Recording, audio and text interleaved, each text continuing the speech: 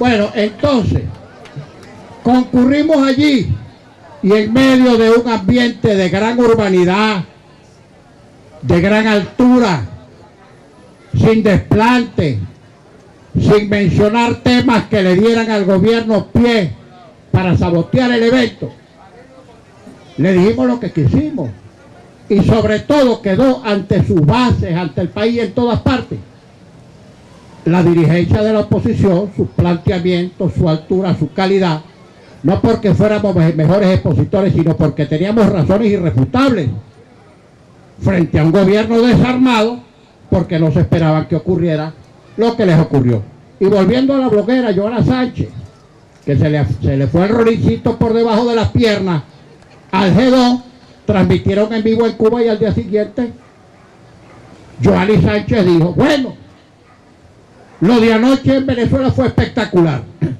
Si aquí en Cuba se nos presentara una oportunidad como esa, nosotros no seríamos capaces de hacer el buen papel que hizo la oposición venezolana, porque nosotros no tenemos cultura ni formación política, por supuesto, 50 años de silencio, de bota, de opresión.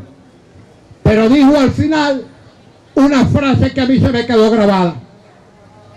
Al día siguiente de ese debate, aquí en Cuba lo que decía todo el mundo era: la oposición venezolana barrió el piso con Maduro. Y les quiero contar otras infidencias. Si es que en el seno de la mesa discutimos muchísimo porque sabíamos que por concurrir íbamos a pagar un costo político. Sabíamos a ciencia cierta lo que iba a ocurrir por algunos debates previos que se habían dado en la mesa. Que si la mesa es redonda, que si es cuadrada, que por dónde entra Maduro, que dónde se sienta Maduro, que si es arriba, que si es abajo. Yo les dije simplemente, miren mis compañeros, yo les quiero decir mi opinión. A mí, que me sienten en el suelo, debajo de un mango, que Maduro entre con la corona de la reina Isabel, con la capa de Napoleón y el cetro de Carlomagno. Yo lo que necesito es el micrófono por 10 minutos en cadena nacional de radio y televisión.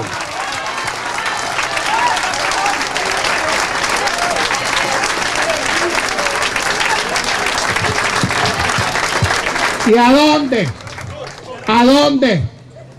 Sino a quien puede tomar las medidas y ejercer actos de gobierno o apretarle las tuercas a ese remedio de poder judicial para obtener medidas de gracia o medidas humanitarias o la libertad de los presos políticos. ¿A dónde voy a ir? ¿A que hacer mi odontólogo?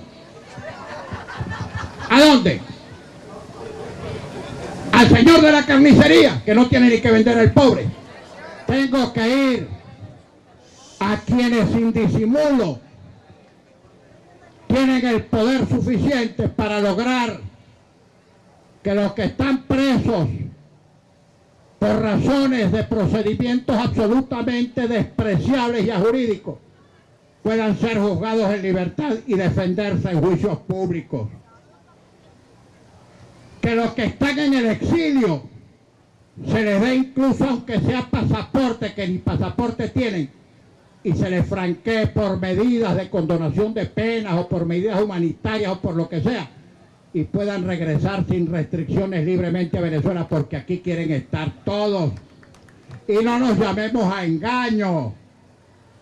Eso lo tenemos que discutir públicamente y cara a cara con quienes, sea por querencia propia, sea por presión interna o sea por presión internacional, se vean obligados a tomar esas medidas. Y les quiero decir otra cosa. Lo que pasa es que este es un gobierno tan estúpido, tan lerdo, que ni siquiera capitalizó algunas medidas que tomaron después del diálogo, y les voy a explicar. Después del diálogo hubo reuniones para afinar algunos acuerdos, la libertad de Simonovic, de ahí salió la designación de la Junta Médica, de ahí salieron los exámenes en el hospital militar, pero el gobierno no se atrevía a ponerlos en libertad porque el primer preso político que tiene este país es Nicolás Maduro, que no las tiene puestas para decidir. Estaba preso y no se atrevía. Bueno, lo suelta a los 8 meses, pero ni siquiera capitaliza políticamente esa medida. Y por supuesto, tampoco la capitalizó en el corto plazo la oposición, por manera que por no haberse logrado el resultado inmediatamente, los sectores recalcitrantes dijeran que el diálogo fue un fracaso. Les quiero hacer algunos anuncios. Ojalá el gobierno se atreva otra vez a dialogar.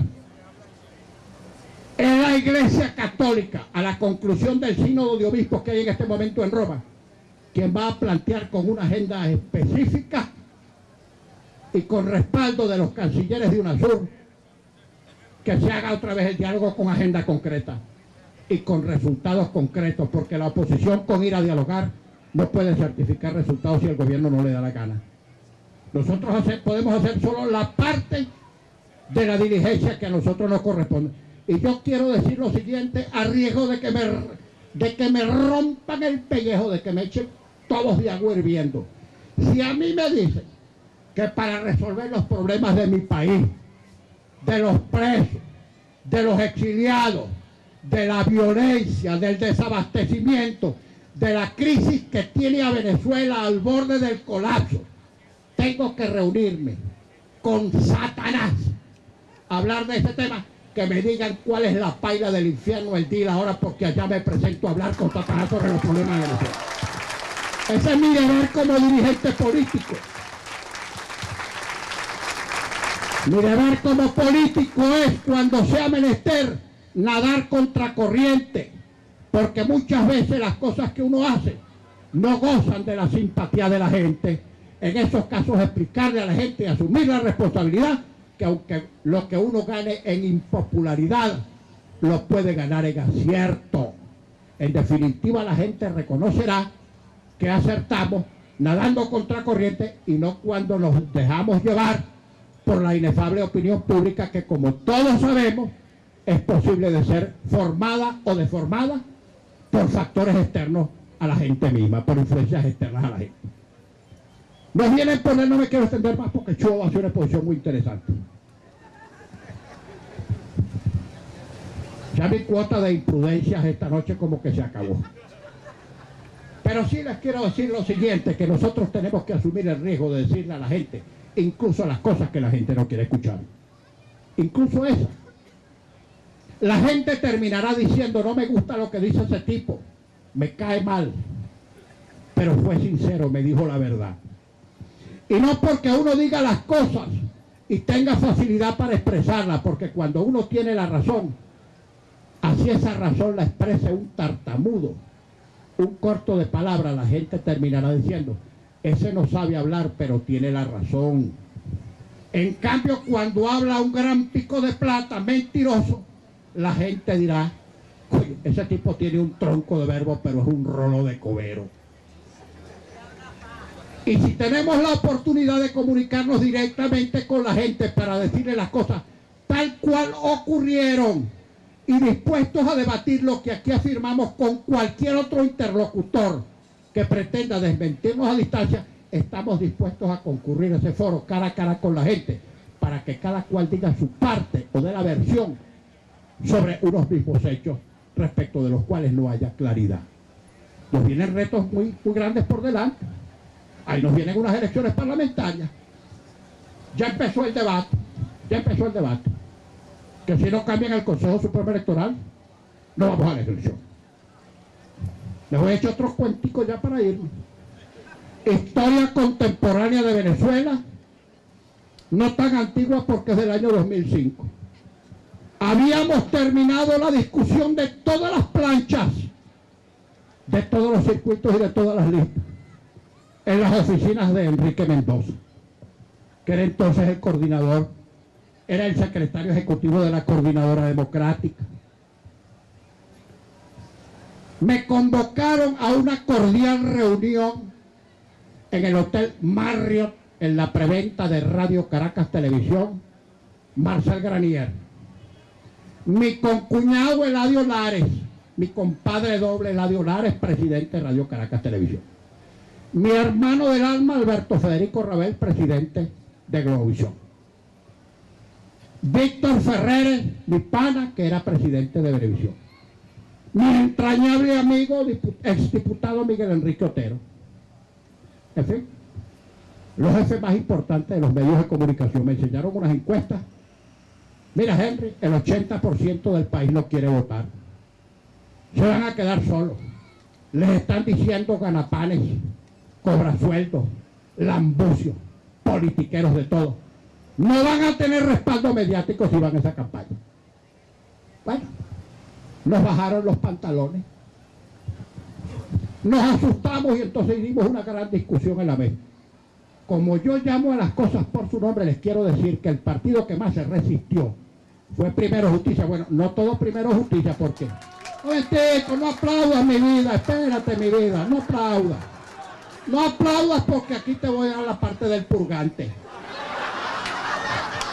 Porque una parte de Primero Justicia, donde estaban nuestros entrañables amigos por cuya libertad tenemos que luchar, Leopoldo López, Gerardo Blay y otros, estaban de acuerdo con la abstención. Hubo una votación en Primero Justicia, del lado de los que querían elección estaban Enrique Capriles, Julio Borges. No aplaudas, espérate, no aplaudas, espérate, porque el que no se bajó los pantalones el lunes se lo bajó el sábado, espérate. Entonces hubo una votación en PJ y por un voto PJ decidió abstenerse. Se abstuvo entonces Primero Justicia, Proyecto Venezuela, Coopera, todo el mundo. ¡Súmate! María Corina fue una de las abanderadas de la abstención. Antonio Ledesma y ABP también. Ahora, ¿por qué no asumen su responsabilidad como la asumo yo, chicos? ¡Asúmanla! Cuando se habla, ya nadie habla del tema porque como me lo han dicho 3 o 4 veces en programas y les he tirado estas por el medio de la calle, ya se enculillaron los medios y más nunca me preguntan del tema. Y cada vez que me lo pregunten voy a decir lo mismo porque es verdad. Ahora, vamos a volver con el retintín. ¿Qué pasa si estos forajidos nombran el Consejo Nacional Electoral que les dé la gana? Tenemos que tomar la decisión política. ¿No vamos? ¿Sí vamos?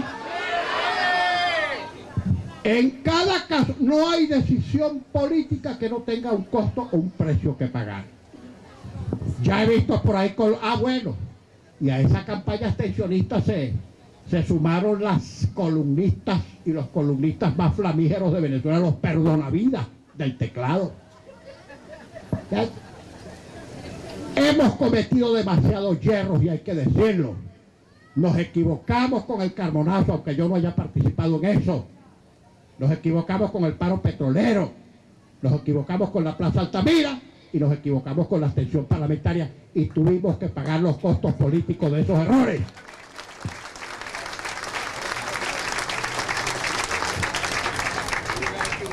Y cuando se nos acerquen otra vez los militares a susurrarnos, a calentarnos la oreja por la fast track, acuérdense que el que se nos acerque a hacernos esa propuesta o es porque es un militar que está enfriado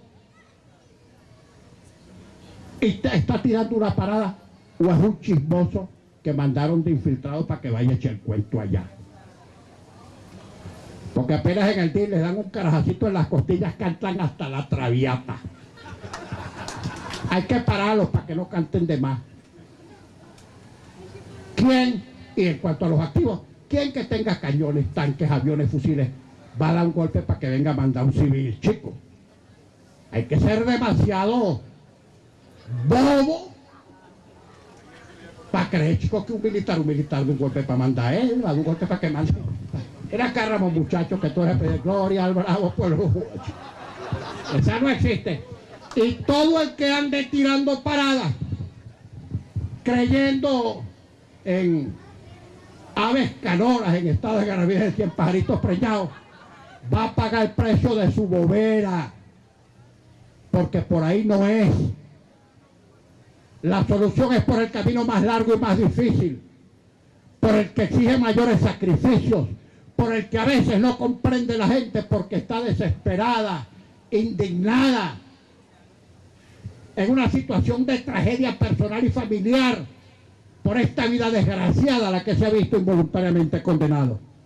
La vía es democrática, constitucional, pacífica y electoral, y con votos con o sin consejo, vamos a sacar democrática, pacífica y electoralmente a estos zánganos del gobierno y que aprendamos para que más nunca nos vuelva a pasar como país la tragedia de estos últimos 15 años. Muchas gracias.